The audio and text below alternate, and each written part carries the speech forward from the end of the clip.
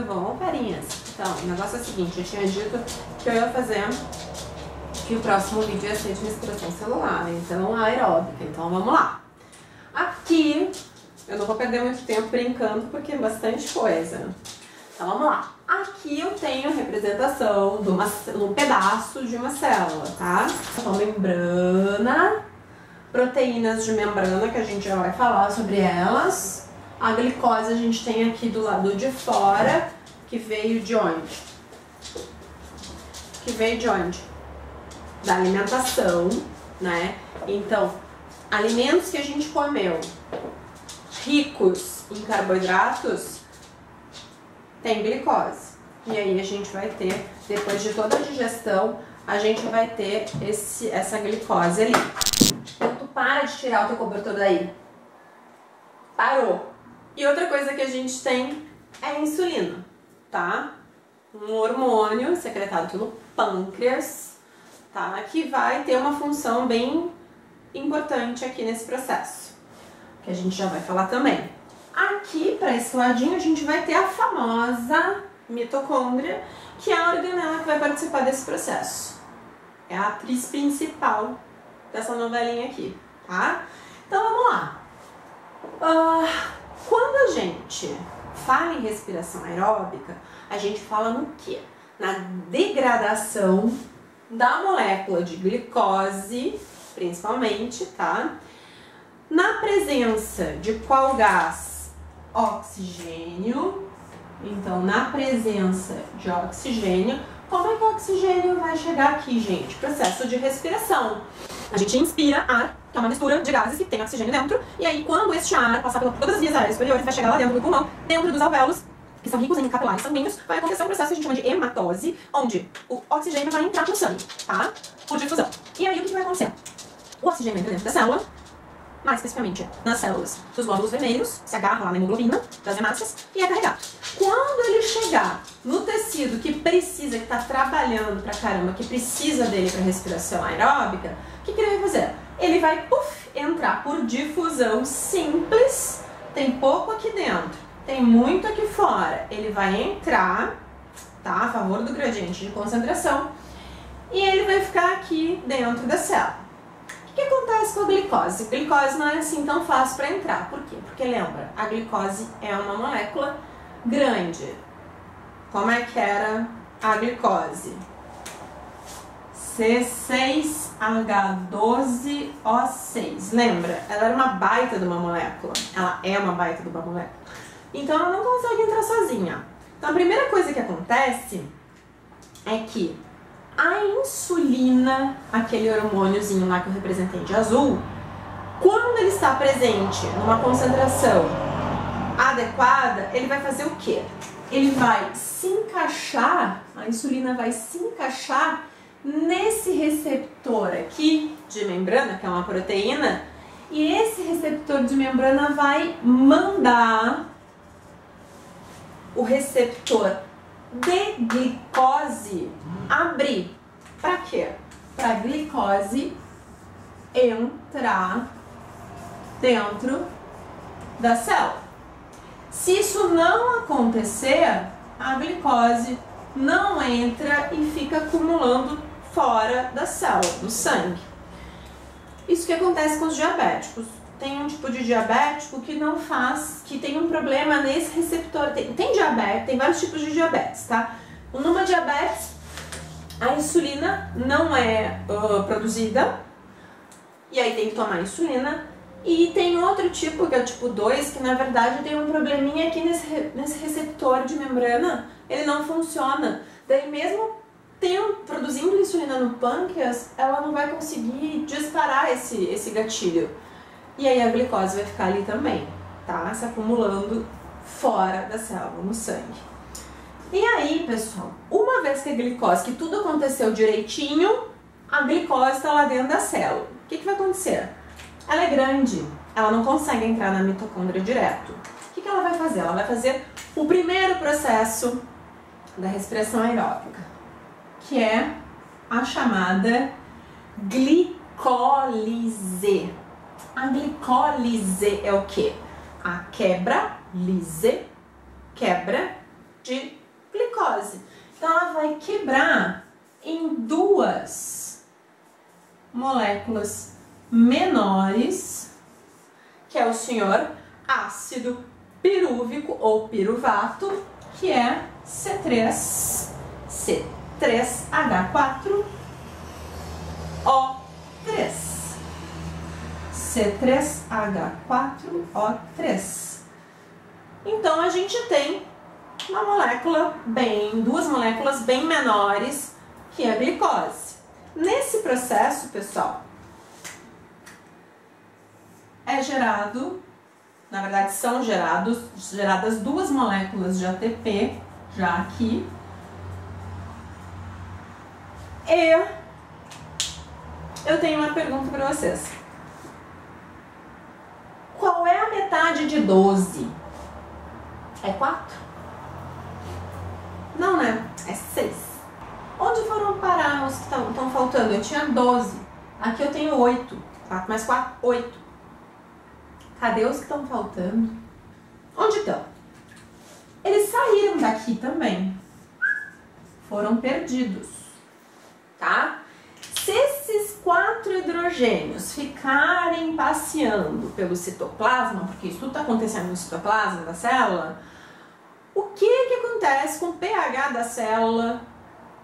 Diminui, fica ácido. Hidrogênios tornam o pH de soluções ácidas. E eu não posso deixar isso acontecer. O que eu faço então? Eu tenho uma criaturinha que vem aqui, que são super importantes. Guarda esse nome. Aceptores de hidrogênios. O que é um aceptor? É um captador. Ele agarra esse hidrogênio para esse hidrogênio não ficar desestabilizando todas as cargas elétricas dentro da célula. Quem é esse cara? O NAD. O primeiro que faz isso é o NAD, que vai pegar o hidrogênio, os hidrogênios que estão saindo, e vai ficar o NADH. NAD pegou o hidrogênio, fica NADH, tá? Então, durante a glicólise, então este processo aqui é glicólise, tá? É o primeiro processo. Eu tenho a molécula de glicose sendo quebrada em 2 ácidos pirúvicos ou piruvato, gerando 2 moléculas de ATP e NADH, agarrando todos os hidrogênios que saíram também. O que acontece agora? Acontece mais uma quebrinha nessa. Eu vou usar, tá, pessoal? Tudo que acontecer com essa vai acontecer com essa também, tá? Mas eu vou usar só essa na explicação. Então vai acontecer uma outra quebra nessa aqui, que vai transformar o piruvato em acetil, ou ácido acético, enfim. Nessa transformação, tá? Eu perco mais hidrogênio, quem é que busca? O NAD. E perco, caiu, desculpa, Bela. E perco também uma outra criaturinha muito importante, que é o CO2, tá? Certo? Esse CO2 vai ficar pela célula e chega uma hora que ele vai ter que ser mandado embora. E ele vai sair por difusão simples também. Ele vai acumulando aqui, vocês vão ver daqui a pouquinho que tem mais CO2 que vai ser liberado de outro processo. E aí, quando ele acumular muito aqui dentro, tem pouco fora, então ele sai, da mesma maneira que o oxigênio entra. E aí vai ser levado pela hemoglobina, aliás, pelas hemácias, agarrado à hemoglobina, ao sítio aceptor de CO2, até os alvéolos, e daí a gente expulsa o CO2 do sangue e expulsa do nosso corpo pelas vias aéreas no processo de expiração. No processo de inspiração, a gente está querendo levar o oxigênio, e no processo de expiração, a gente quer expulsar o gás carbônico, em grandes quantidades, tá bom? Tá bom. Esse acetil vai fazer o quê? Vai entrar na mitocôndria, olha a nossa mitocôndria aqui, vai entrar.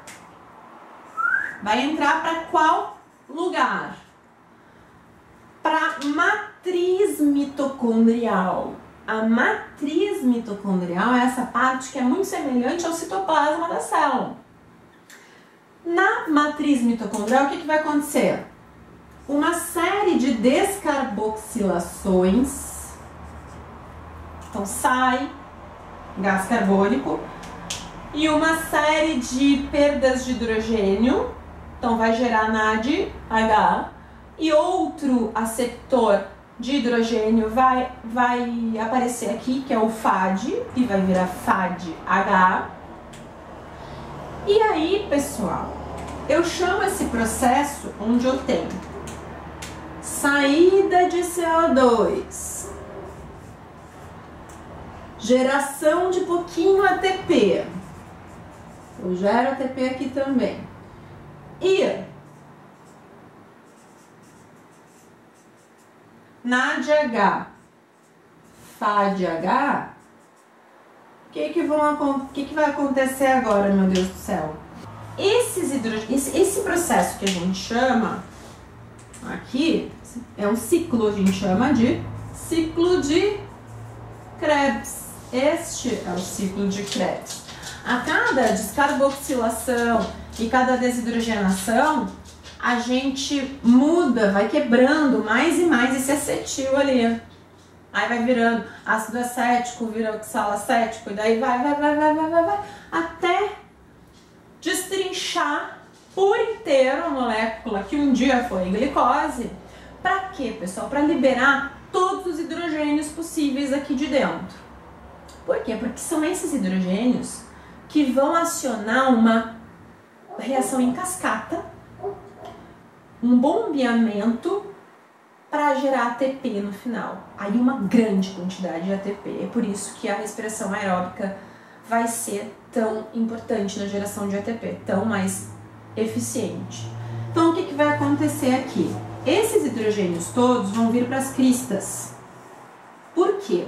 Porque é nas cristas que eu tenho uma estrutura que consegue captar elétrons, né, para transferir esses elétrons e no final do processo conseguir gerar ATP numa enzima específica que fica por aqui no final, que a gente chama ela de ATP sintase,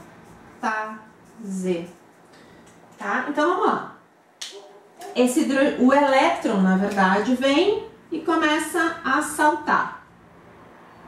Quem são essas estruturas que estão nas cristas mitocondriais? A gente chama de citocromos, tá? No geral. Então, passa de um citocromo para o outro, os elétrons vão saltando, mudando de níveis de energia, vão saltando e à medida que eles saltam, eles empurram os hidrogênios aqui para esse espaço intermembrana da mitocôndria. E aí o que acontece, pessoal?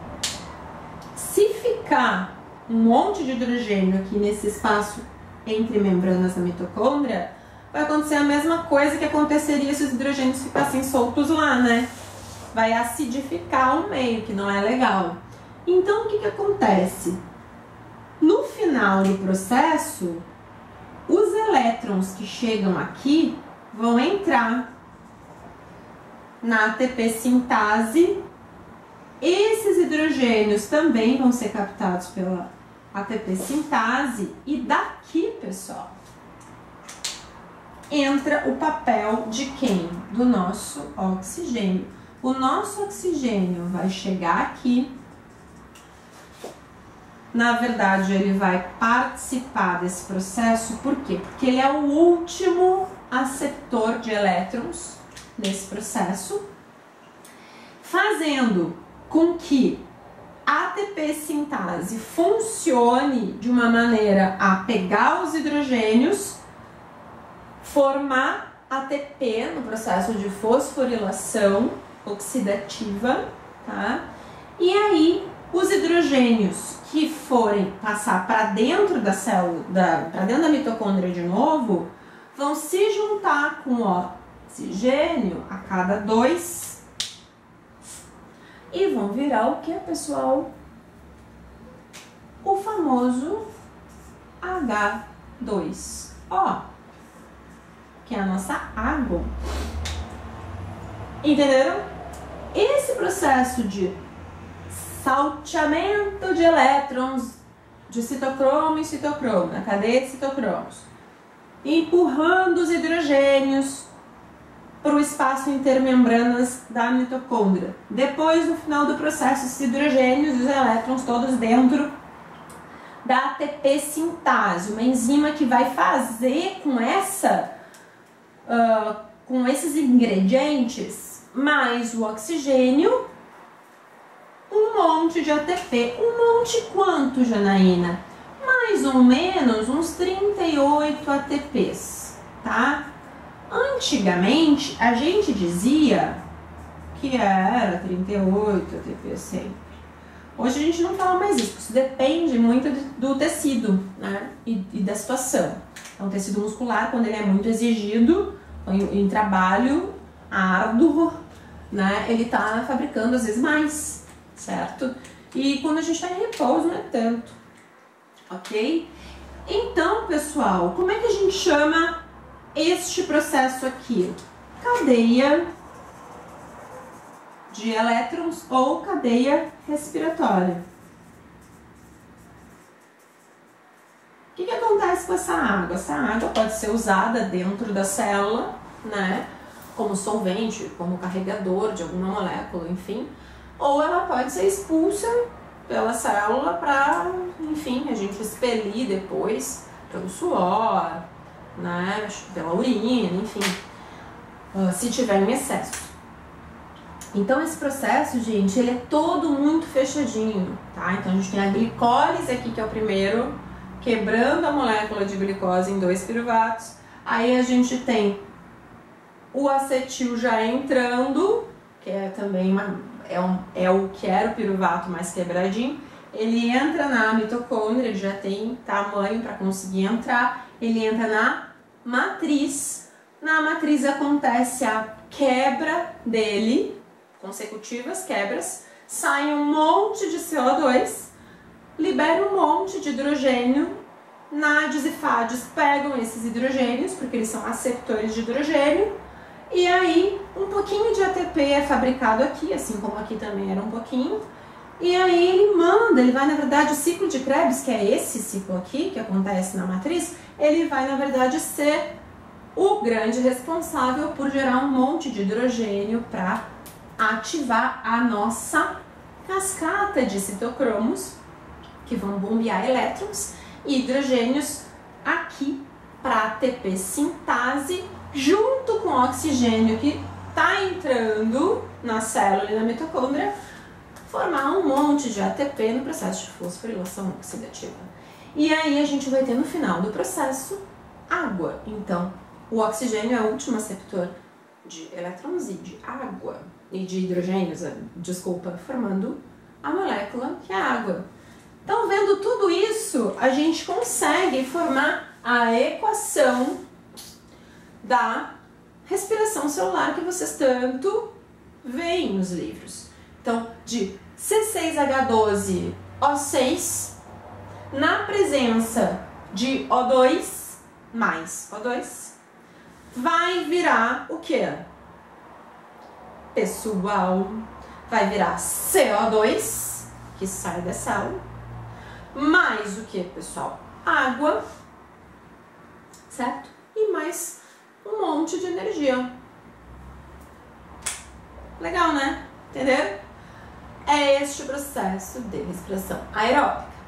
Quando não tem oxigênio, daí o papo é outro e é papo para um outro vídeo, ok? Dúvidas, dilemas. Isso é o básico da respiração aeróbica, ok? Qual é a função da respiração aeróbica? A gente é respirar? Não, tá? É produzir ATP, é produzir energia, ok? Beijo, até o próximo vídeo. Dúvidas, escrevam nos comentários.